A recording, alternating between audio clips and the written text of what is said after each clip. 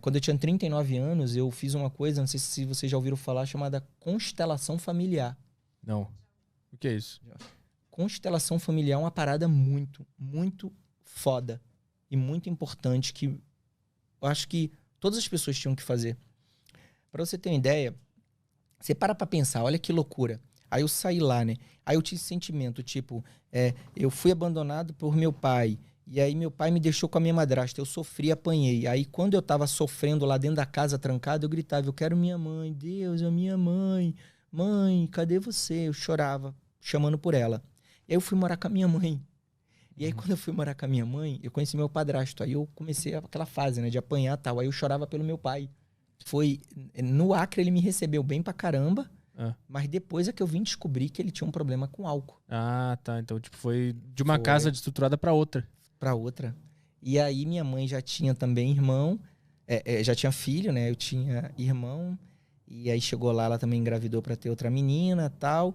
E aí, quando eu apanhava dele, aí eu chamava pelo nome do meu pai. Uhum.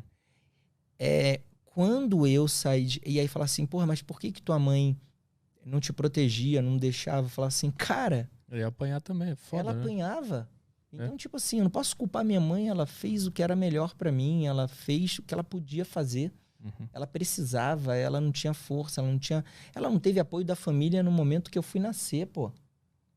Entendeu? Tipo, largaram ela na maternidade. E aí chegou lá, teve problema no parto, ela foi transferida pra uma outra maternidade, ninguém sabia. Chegou lá, a criança morre, ela morre e puxa no ferro. Pegaram um fórceps e me puxaram. Uhum. Você imagina, como é que eu vou culpar minha mãe por isso? Então, A constelação familiar. eu tinha, até meus 39 anos, a minha relação com a minha mãe e com meu pai não era boa. Uhum. Não era boa.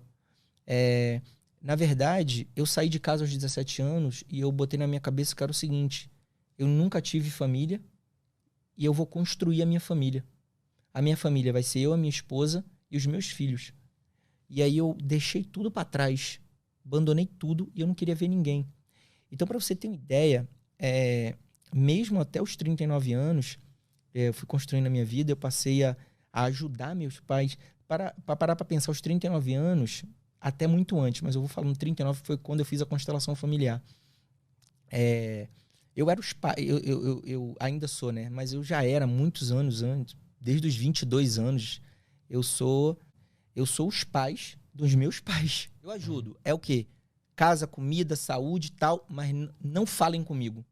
Não quero ter contato. O que é que você quer? Era nesse nível, cara. Ligava meu telefone, aparecia aqui, mãe. Aí eu, caraca. Fala. Tá. Fala. O que a senhora quer? De novo. Era nesse nível.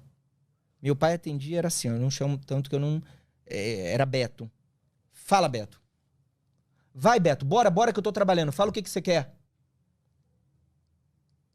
Puta que pariu, cara. De novo tu bateu o táxi do cara? Que ele era taxista. Não, inacreditável. Tá, Beto, tá. Beleza, fala qual é a conta do cara. Manda a conta do cara pra mim, manda. Tá bom. Tá, beleza. Manda por aqui. Valeu, tchau. Pum. E aí, olha que foda. Eu já tava com a minha vida bem estabilizada e eu achava que é o seguinte, mas por que você fazia isso, Alessandro? Por obrigação? Não, eu não tinha obrigação nenhuma de ajudar meus pais.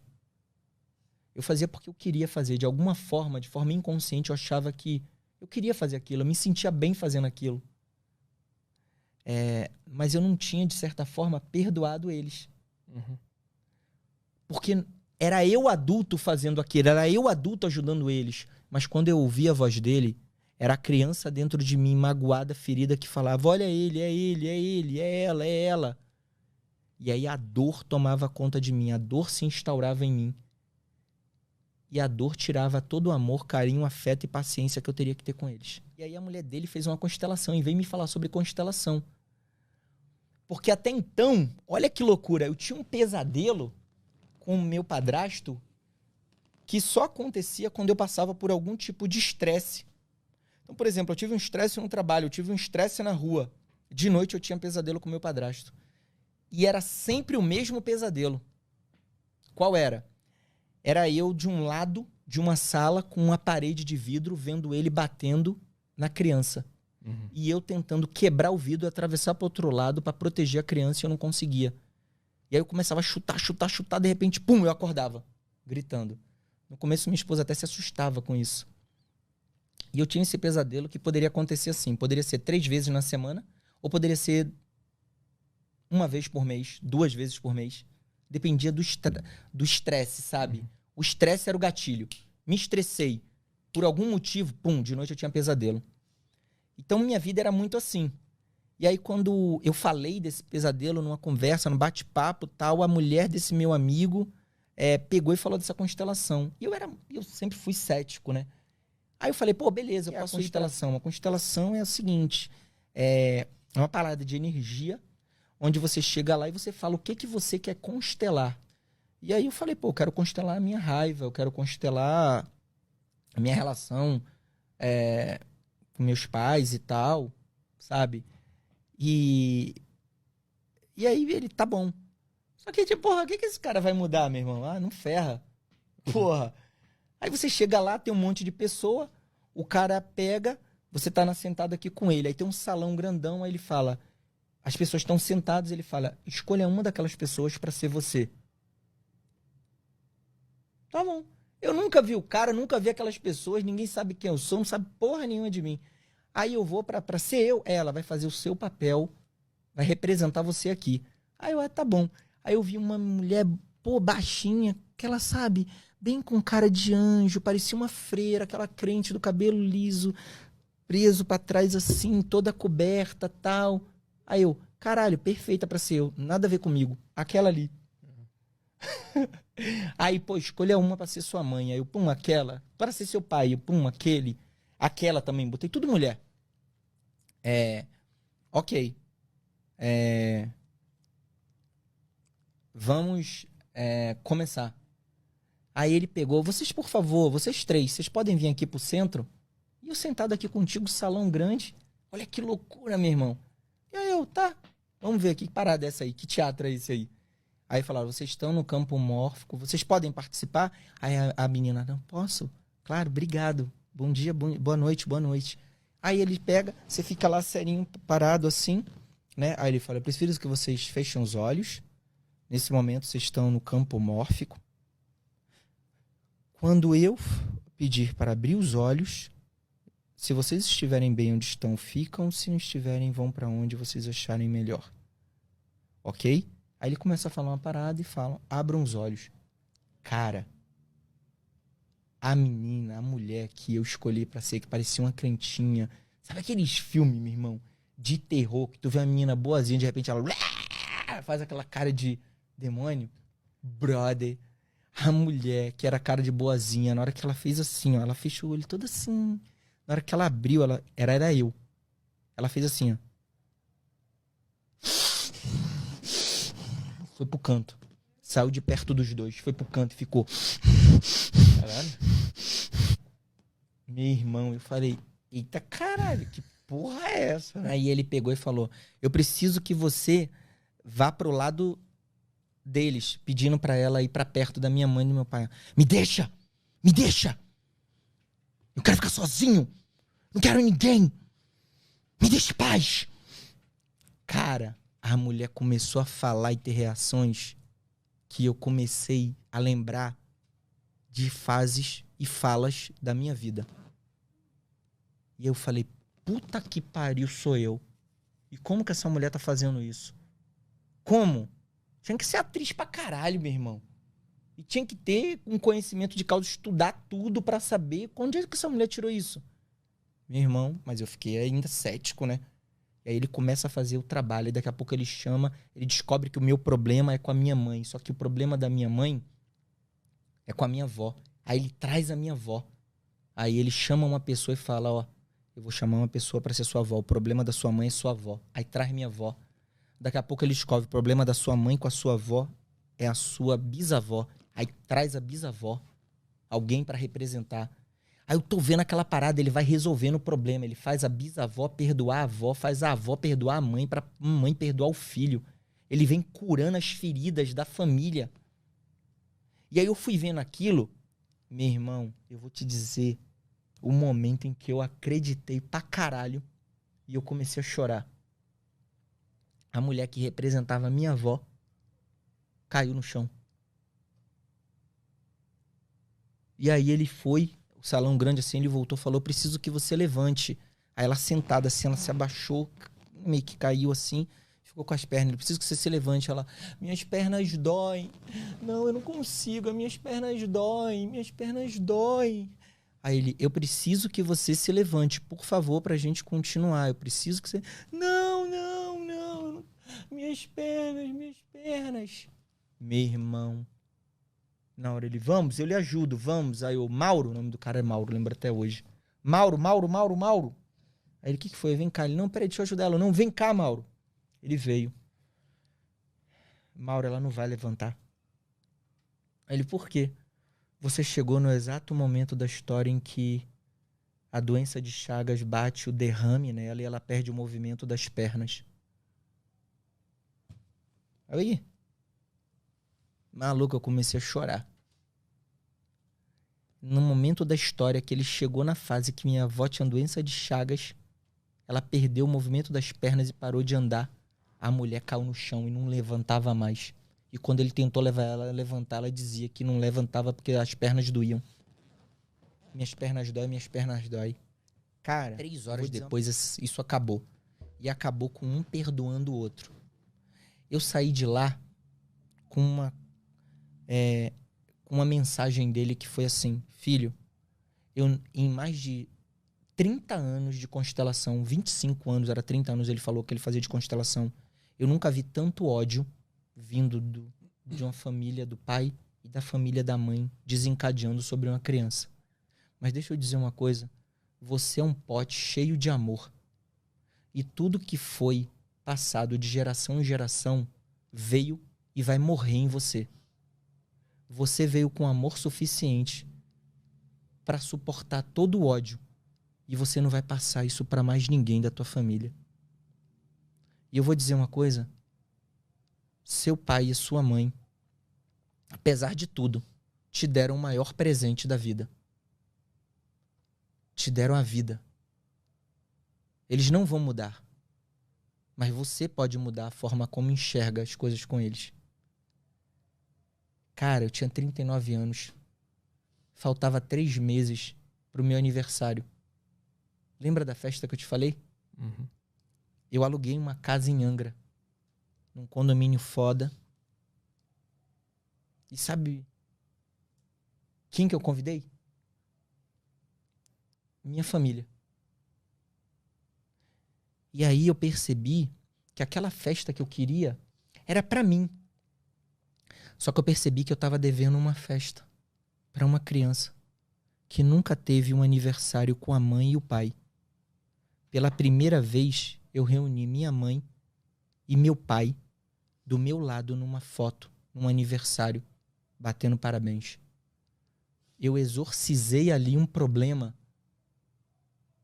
que eu carreguei durante 39 anos da minha vida.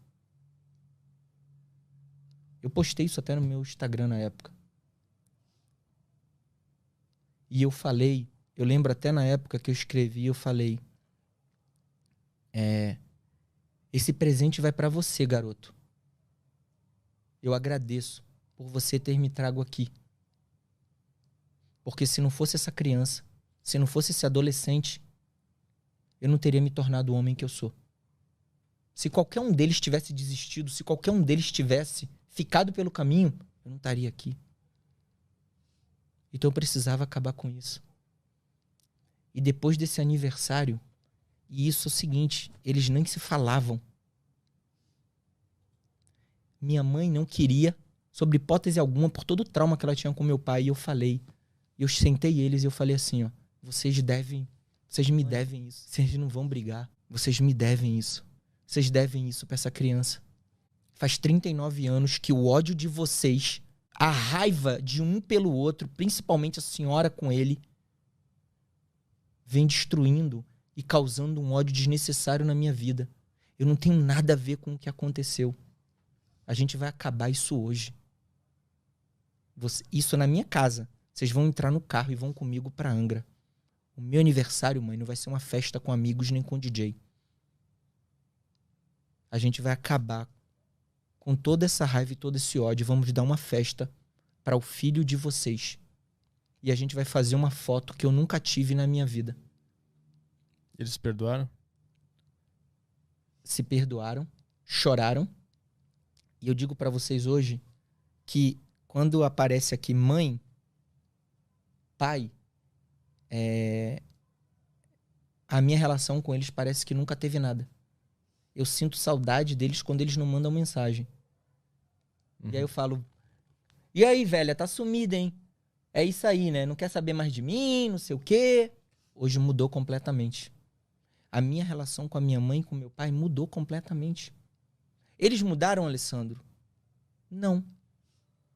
Mas a forma como eu enxergo tudo mudou. Mudou completamente. Porque eu me sinto um privilegiado de eu ter entendido isso. Eu vim nessa vida, eu entendi isso. E eu curei e resolvi. Eles não tiveram esse entendimento. Eles não tiveram esse discernimento. Se eu não tivesse aberto os olhos, cara, eu ia fazer isso com a Valentina. Eu ia fazer isso com a Valentina. Eu ia passar isso para a vida da minha filha, para dos meus netos. Sacou? Então, a constelação familiar é uma parada que mudou a minha vida. Então, para quem não conhece, eu quero indicar um filme que quem não assistiu, assiste, que se chama Viva. A Vida é uma Festa. Quem não assistiu é a história de um garoto que o sonho dele é ser músico e a família odeia a música. E aí querem que ele trabalhe na loja da família, que ele trabalhe com aquilo e esqueça a música. A família abomina a música. E ele não consegue entender por quê. E aí a história conta que o problema não é dos pais dele, não é dos avós, é dos bisavós que já morreram. Que foi quando o bisavô abandonou a bisavó para fazer um show, para fazer uma turnê, que ele era músico. E ele não voltou mais para casa. E essa bisavó tomou um ódio tão grande pela música que ela passou isso para a filha, que é a avó, que passou para a mãe e passou para o garoto. Aí chega num ponto que a pessoa tá agindo e nem sabe mais por quê, né? Música nessa casa não. Pega o violão e pá! Não! Por quê? O trauma foi passando e uma hora perdeu o sentido. Esse filme é constelação familiar pura. É um filme lindo, é um filme mágico, se chama Viva. A Vida é uma Festa. É um filme foda.